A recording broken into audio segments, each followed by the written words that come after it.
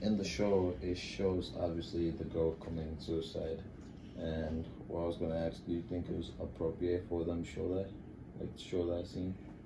Oh, that's a really good question, because I mean, there is evidence that people do copycat stuff a lot. I mean, they like, if there's a suicide of a celebrity that's really famous that, you know, gets in the news, you do see a spike in suicide rates. So I mean, so from that perspective of things, then no, I don't think so, because I think a lot of times too, people think about suicide a lot, and then but they don't think about details about how. So if they're actually showing like someone completing a suicide, then they know more details, and they want to do copycat. And if it's glorifying it, you know, I think that can increase suicide rates, and that's bad. My question for you is, in the show, the girl, her name is Hannah, she goes to her guidance counselor, and she asks him, like, she tells him, like, that she was raped and she wants help, and he kind of says, well, if you don't tell me who it is, I can't help you. And that's when she decides, like, she's beyond help and decides to actually commit suicide. What would you, like, say to that counselor in that situation as, like, a person in the field of psychology? That's so real. I think a lot of people get told that. And I think a lot of like guidance counselors and people in the school systems, a lot of what they do on a day-to-day basis is they talk about policy and they talk about procedures so often that, and like, this is what you do, and we have to do this, we have to follow these rules and laws and regulations, that can kind of be in their mind. So when she asked for help, he might have been hearing, okay, we need to fix a legal situation, right? And so I need to find who it is, and I need to, you know, contact security or contact the police, right? Rather than thinking deeply and being present with her at that time to hear the kind of help she was actually asking for. And so when, I think if you're in the counseling field, you can get bogged down in those details, right, of all policy and things like that. And you forget your actual training, which was how to sit attentively and listen attentively and be present with someone, to engage in those skills of empathy and really hear someone. So it sounds like that guidance counselor didn't fully hear her and wasn't fully present with her to understand what her needs were. So if instead he could have asked more questions to see what ways he could help her, instead of assuming, okay, I need to find this person, right? And this is the way that help is going to be given. Then maybe that's what he could have done, rather than saying, well, I can't help you because of XYZ reason. Well, maybe you can help her in another way. Maybe you can keep asking questions, and maybe you can be the person that is finally hearing her. A lot of schools aren't equipped to hire psychologists or therapists. You know, a lot of times guidance counselors don't even have like a master's degree in counseling. You know, they might have a bachelor's in psychology, you know, depending on like there's a lot of states that have regulations now that say, you know, you can't have this job without this degree. But, you know, some places are just overburdened, and so they'll call them like a mentor, right? And that way I can hire someone who isn't qualified if I give them a different label.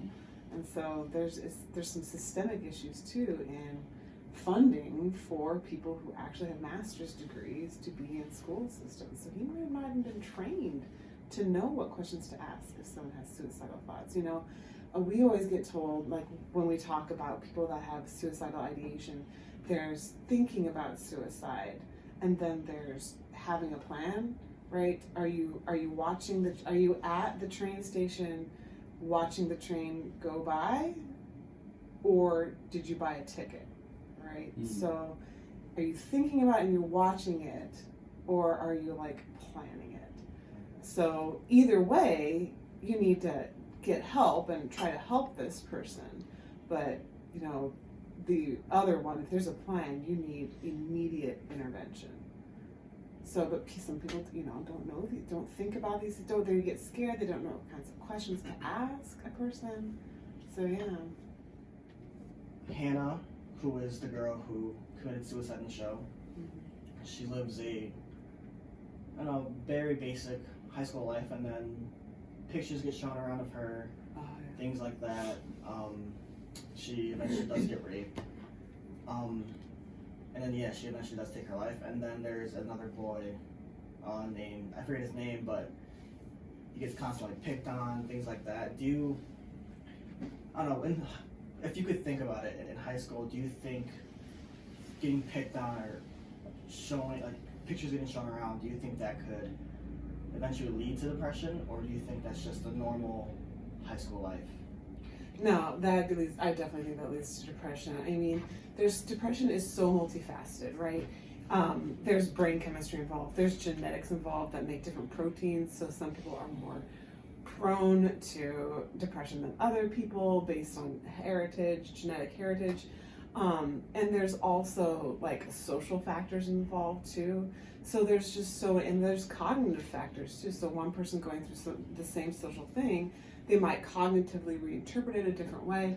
So depression is just so multifaceted and so different. But yes, one of the things that can factor is a triggering event like pictures being shown around, right?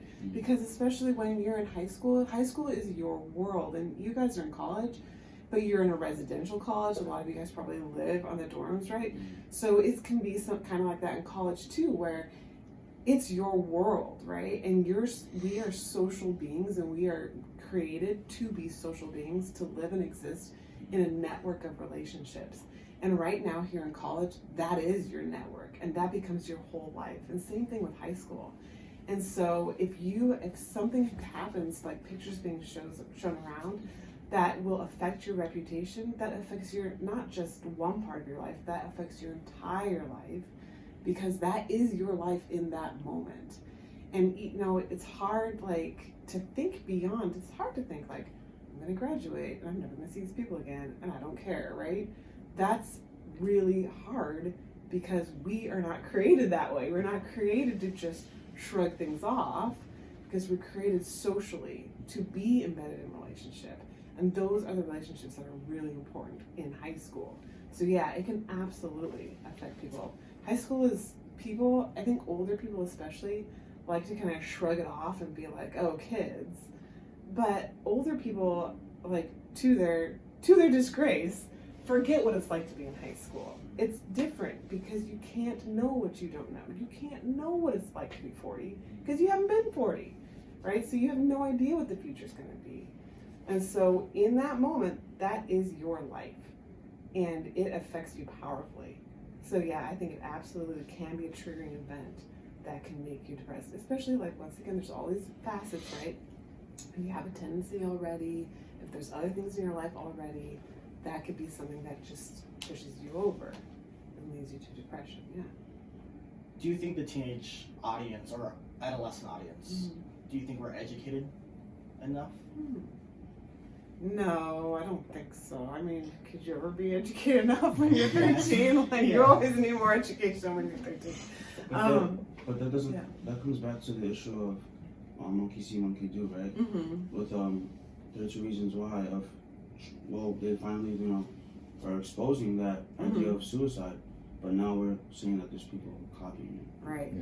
Yeah. Absolutely. So maybe that's why there's a lot of media that like to suppress that idea of suicide, depression, mental health. They like to suppress it because of that mentality of monkey see, monkey do. Yeah. No. So in that vein, like, I think maybe this is just what I've heard, right? But I think like media companies like Netflix would argue we need to talk about this, and it's important to talk about that. And I totally agree with that. But like you said, monkey see, monkey do, we do need to talk about it. Maybe a show like Netflix, which also needs to get money for viewership, isn't the appropriate venue for talking about it. Like, I think about, like, I had a psychology class when I was in high school. It was nothing, right? I barely learned anything. I remember we took a grapefruit and we were supposed to pretend it was a brain, and we put like raisins, like, that's where your orbital lobe is. And I'm like, it was like, it wasn't good. And you learn nothing, right? And so then when I came to college and I learned about psychology, I learned so much. And I'm like, oh, that's what's going on in my head. Oh, I get it. Like, I'm learning how, like, cognitions affect emotions, and emotions affect behavior, and your behavior then can affect your environment, and that can then affect your cognitions, and you go in a circle. Like, that's enlightening stuff. Like, oh.